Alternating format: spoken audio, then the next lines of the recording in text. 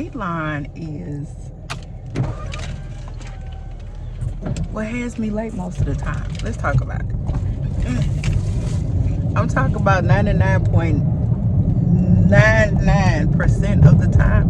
Dateline has me late, okay? I don't even think, was that Dateline I was watching? That's not Dateline. Y'all, I done watched. I've been up. That's what's crazy. That's my purse, y'all. Okay. I have been up since 5 o'clock this morning. I actually did, I think 4 memory pins, 1 locket for my trial today. But y'all, listen, Dateline, the devil. I get caught up in the rapture, y'all. So the first one I watched, it was, Lord Jesus, what was it? The lady married this man. He was a good person, and you know, they give all the goodness, okay? And then apparently he ended up losing his job because he stole from his job. Didn't say what he stole, but he stole something.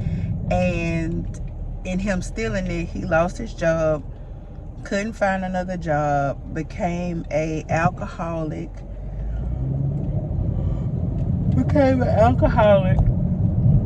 Not only did he become an alcoholic, but he started using meth. She had been abused, I know, for at least some months leading up to her murder. So she actually called 911, and they could hear her, and they actually heard what in our system we call the dying decree, which was, she actually said his name. His name was Chris. She said, Chris, girl, what is that? Oh Lord, that's the lace. Okay, we're gonna leave that down. Okay, just leave that down. I didn't color out. Apparently I didn't tint out of it. I wasn't in the mood. So, known as the last dying decree, she said his name, and he shot her. And after he shot her, he told her F her, which is crazy. Okay, he told her F her.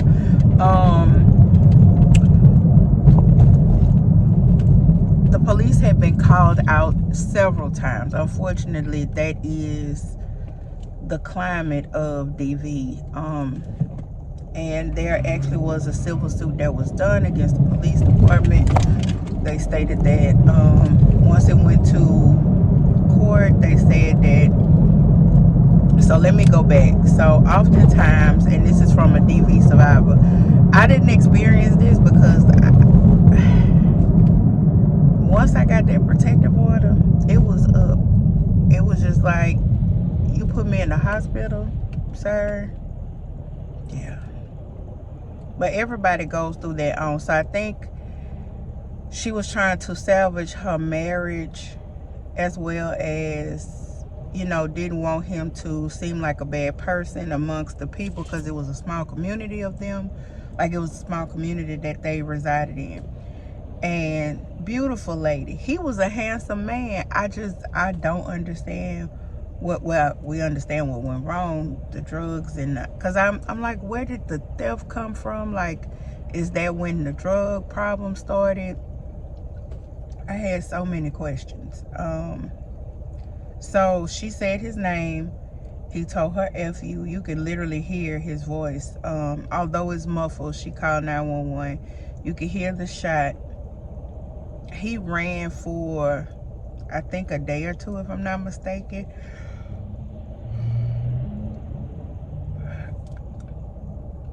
His friends found it suspicious because he actually left a vehicle that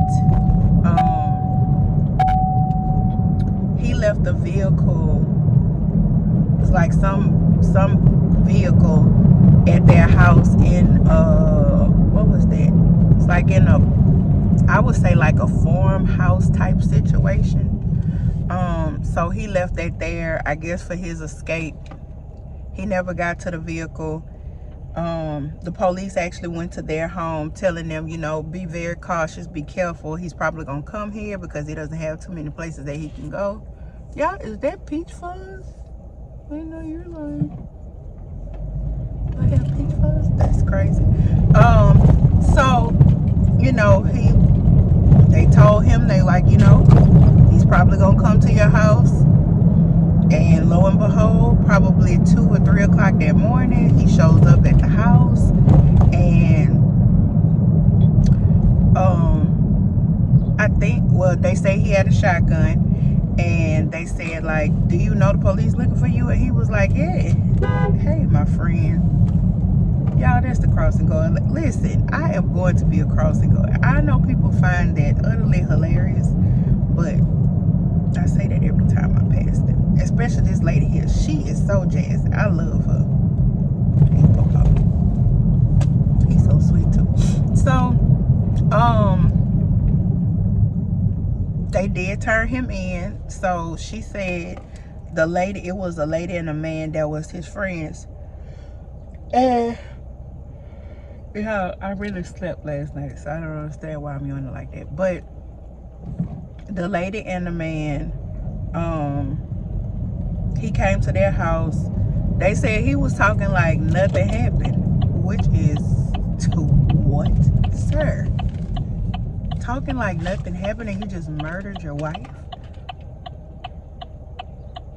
And he literally, I think they stated that he stayed in wait for a couple of hours. So she had surveillance. She was like a dog kennel person, and you can hear the dogs bark like when he gains access to the kennel. So, you know, eventually they calm down, but she makes it there, and literally 6 to 7 minutes after she comes in, he kills her. It's so sad. Like, it's so sad. I never understood how. I just don't understand, like, how do you get to that point in your life that you just can't leave a person? Like, just leave. Baby, you can leave me. I'm okay with this. Leave me.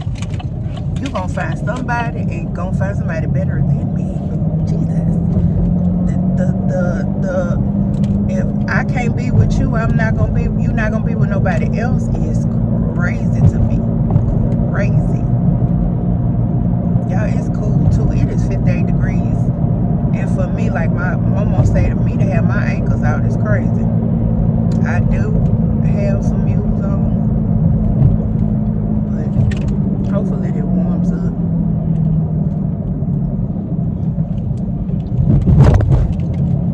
But like I was saying with the silver suit, they did try to do the silver suit. Baby, they found no probable cause for the silver suit. They said that the police department did all that they could, because in the silver suit, I think that they were saying that the police could have done more, and they were like, you know, he violated his protective order several times. I think another thing that people don't understand is, in violating your protective order, you know, it has to be reported. I'm not sure. I know she called the police a couple of times. It's so sad, the state of the world, that even in talking to people, they get upset, like when they call the police and they like, oh, I just wanted the police to take them away. Understand, first of all, I don't see police just wanting to engage in a domestic dispute, because most of the time they often turn on the person that comes to help them, which is, that happens. It's a thing. So secondly, let's just say, you know, you tell the police officer, oh, I just wanted you to tell him to leave. Okay, he does leave, or she does leave, and that person leaves, and guess what? They turn right back around and kill you.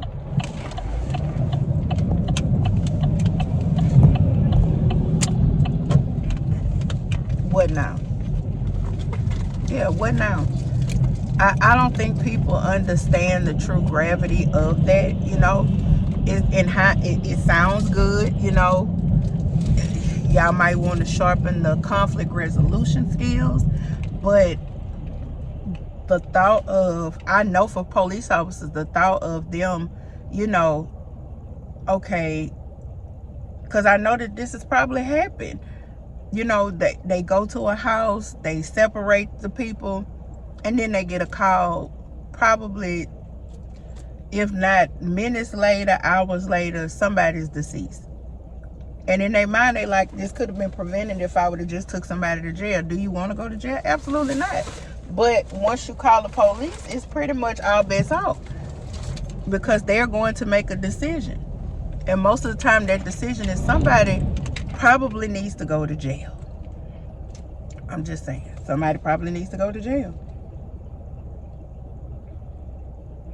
I know they probably, you know, people, I think long gone are the days where, hey, you know, you just separate. No, somebody needs to leave. We do have something that they call a cooling off period. Y'all, it's just, so yeah, that was a really good, it was a good episode. She actually went to stay with her sister, so she would try to, you know, get away from him, but he ultimately, is one thing about it that's unfortunate is when an abuser wants to track you down, they will. It's sad. It's just sad. And let's talk about it, because recently there was a conversation amongst some men, okay, and about Kamala and just different stuff, just period. And men were like, women should not run the country, they are emotional, and da da da da da da da da da. And I'm just looking, I'm listening. And one of them, he's an attorney, he was like, what you want to say? I said, I want to say that I don't understand how men put their lips together to say that women are emotional creatures, when most of the time men are the ones who are killing women because they've either moved on or no longer want them. Now, does this happen in reverse? Absolutely. But more than not, it's the men killing the women, not the women killing the men. It happens. The women do kill men, no lie. However, it's more women that lose their life because of, and that statistically has nothing to do with, you know, I think that that's crazy that they say women are such emotional creatures. But, you know, I digress. I'm gonna have to, you know what, I need to,